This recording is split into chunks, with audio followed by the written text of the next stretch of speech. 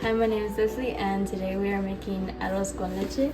I put the rice in. Next step would be to put the water, 2 cups of water.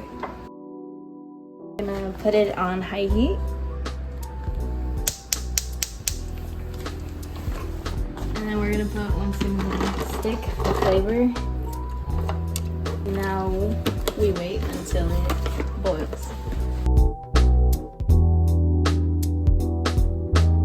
Now that it's starting to boil, 2 more cups of water, 1 cup of sugar.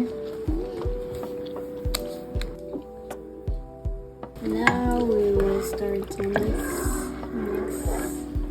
2 cups of milk.